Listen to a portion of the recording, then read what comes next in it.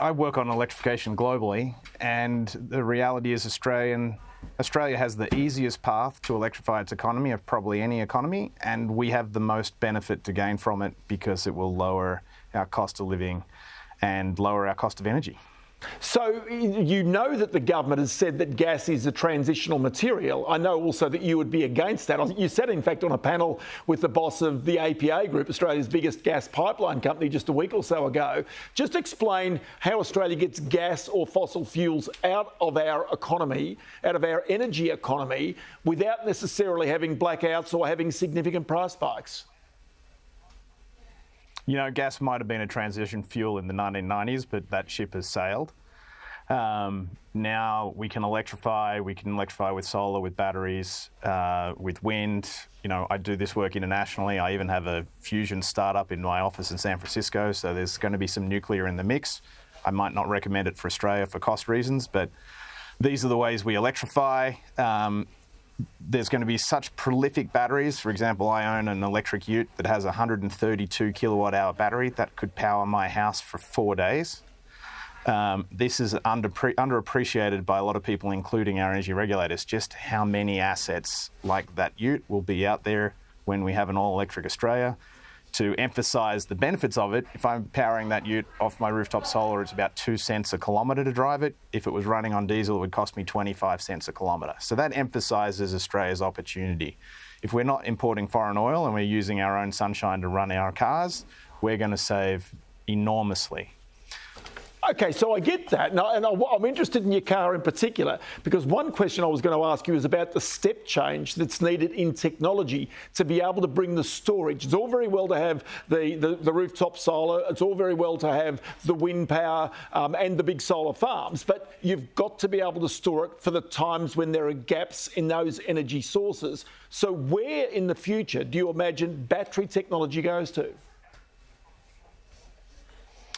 Oh, the future is already here. I took delivery yesterday of batteries that I ordered, and they were costing me about $190 per kilowatt hour.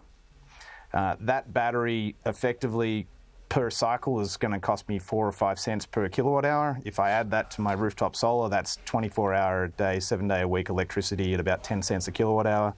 And anyone who looks at their electricity bill knows that that's lower. So I'm buying that battery wholesale.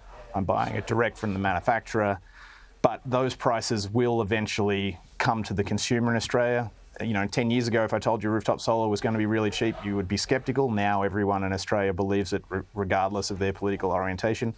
The same thing is happening to batteries.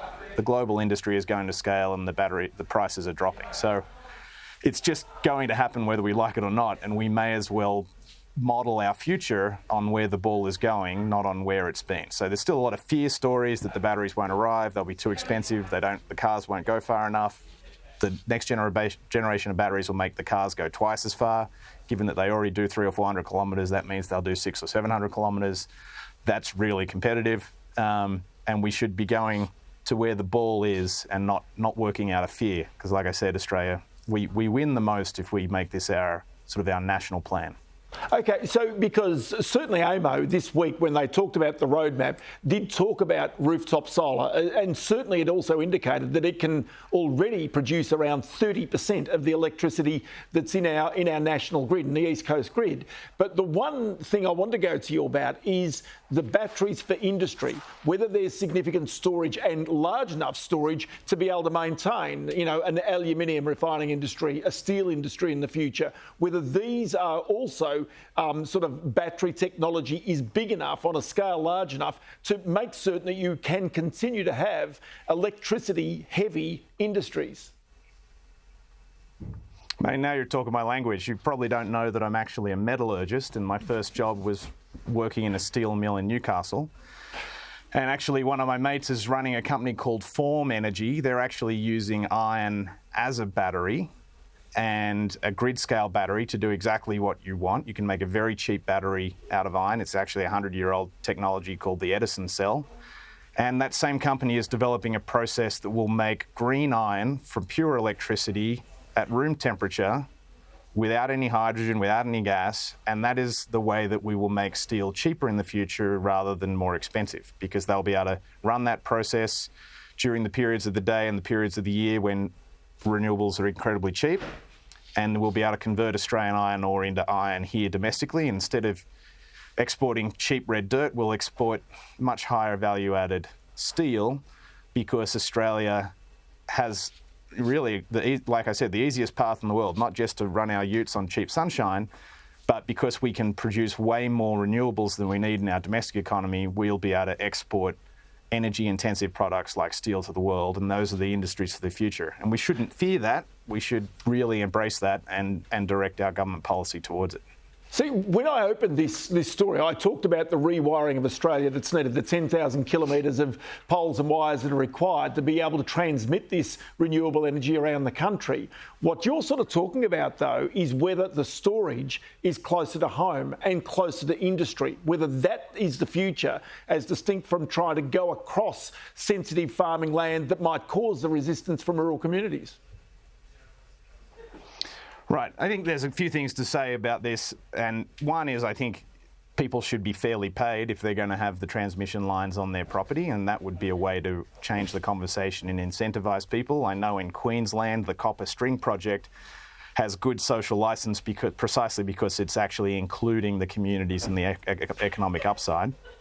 But the other thing to say is, if you broke down the price of electricity that you get at your house, the majority of that is the cost of the transmission and the distribution lines.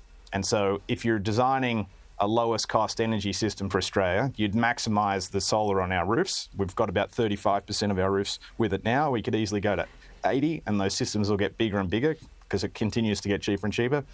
But the other thing you'd do is you'd maximise the renewables in your community. Think about solar on the rooftop at Bunnings, solar on the car park at Woolies. That will also bring cheaper energy than the energy generated, at a centralised facility and trucked thousands of kilometres. You also need to do some of that, but if we really planned the system thinking about the whole thing, we'd probably get away with a few less of those transmission lines. And it actually speaks to some of the challenges. AEMO was literally designed to protect the generating assets that we have, and when it thinks about this, it sort of models the wholesale cost of generating electricity. It doesn't model the cost of getting it all the way to the consumer. And if you think about getting it all the way to the customer, where the majority of the cost of the electricity is moving it, then you'd come up with slightly different answers on how we do the transmission and where we put that solar and where we put that wind. The one thing, and I know you're an entrepreneur, a serial entrepreneur in many ways, that I get the sense of is that there are opportunities, business opportunities, that will come out of this energy transition in all sorts of ways. To tie a couple of ideas together here, there's a lot of tariffs going around the world, like America not importing cheap Chinese electric cars and cheap Chinese solar cells. The reality is that 15 years ago, China invested in automating its manufacturing, in bringing robots into its manufacturing, and they wanted to dominate the energy industries of the future because they don't have a lot of domestic oil or a lot of domestic gas, and they don't really want to buy it from anyone. So they went all in on solar and batteries and electric vehicles, and that's why they produce something like 85% of the world's solar, 80% of the world's batteries, and now they're the most competitive electric vehicles in the world. Because they were not distracted with a gas transition, which is what unfortunately America did and what Australia did, they are honestly 15 years ahead of us. I'm just hoping that we don't miss the next business opportunities by continuing to slow roll this and let the gas industry tell us lies about the gas transition. We don't need it. It's going to slow us down. And if we do it, it's going to harm the nation economically because we won't be building the industries of the future. We'll be building the industries of the past. Saul Griffiths, good to have you in the program today. Many thanks for your time. Cheers, mate.